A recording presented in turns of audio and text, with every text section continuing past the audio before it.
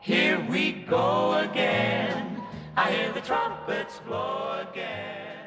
Hi, my name's Bob Cannon. I'm one of the brewers here at the Boston Beer Company. We make Samuel Adams.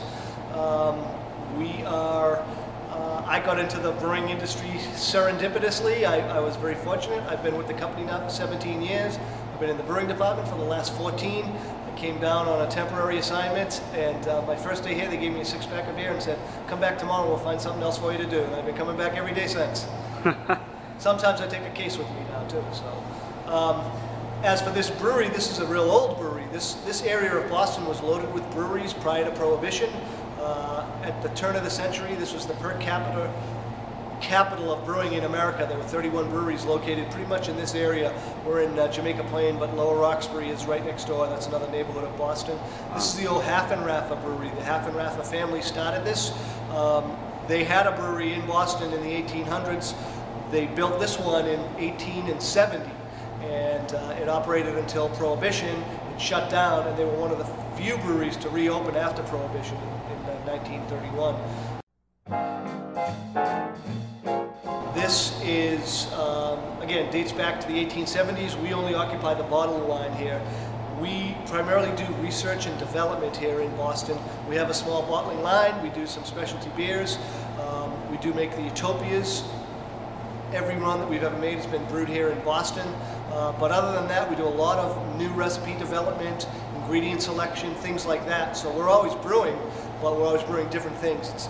It's really quite a lot of fun to work here because you get to do a lot of different things. Awesome. And what's the size of the brewery? I mean, the main part out there? In terms of barrels, Yeah. it's a 15-barrel brew house. But again, we probably do only about 1% of our total volume. As a company, we're very small. A lot of people think that we're really large. That's not true. The craft segment is less than 5% of the total U.S. beer market. Boston Beer Company, Samuel Adams, is less than 1%, or right around, hovering around 1% of that 5%. So even though people think that we're really, really large, we're not. We're really small, handcrafted.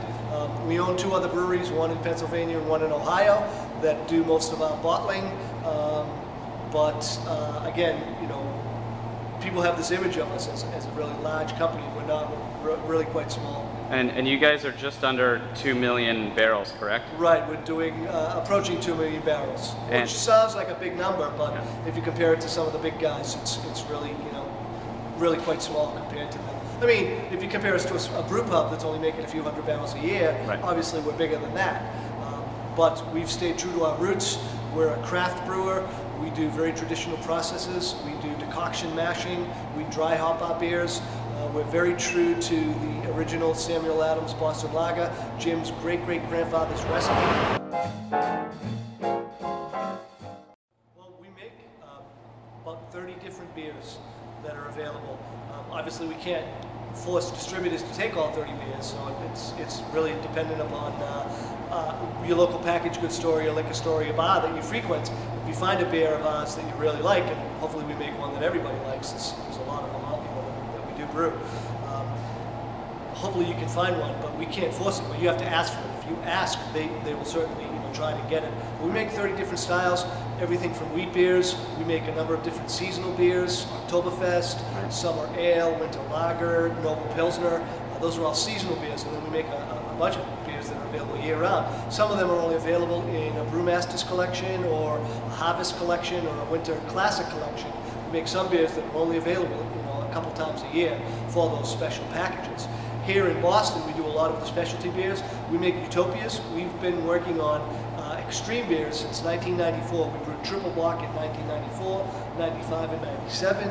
We brewed Millennium in 99 for release in 2000. And then we brewed Utopias in 2000 for release every odd-numbered year since then. We've done Utopias in 2001, 2003, 2005, 2007, 2009, and we're going to release some more in 2011. And every year we try to push the envelope. Now we blend in some of the other stuff. We have, if you look around, you can see some barrels around this room. It's called our barrel collection room. And we have barrels from every run that we've done. And we'll blend in certain vintages in to make a new Utopias that we released in 2011. We'll blend in some of the older barrels that we have here. And then we do some experimental things. We have some goos. We have have some barley wines, stuff that may never reach the public, but that we're aging in wooden barrels. In addition, we have some wooden tuns over here on my left.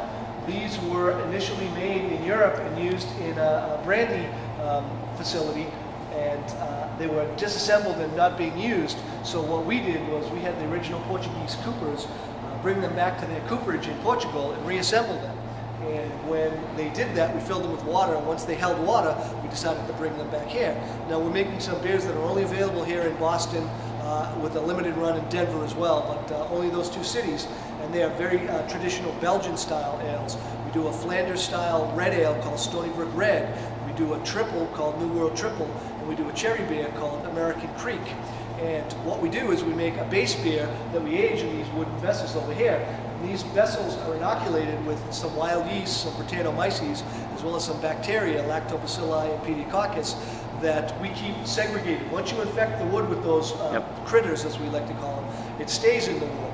So what we do is we make a beer, we ferment it as we would normally do with yeast, and then we send it in here, and it continues to ferment with the wild yeast and with the critters that we're talking about. And we call this the KMF, Cosmic Mother Funk. And then we blend it, we make a new beer, and this beer will stay for 8 months approximately in the wood before we blend it in with a new beer. So we'll make a new beer, we'll ferment it for a week, we'll age it for a couple of weeks, and then we will blend that. The red, Stony Brook Red, gets about a 50% inclusion of the KMF. The Creek gets about a 10% inclusion, and the New World Triple only gets a 1% inclusion. That's really just to round out some of the really tropical fruit notes that we get from it.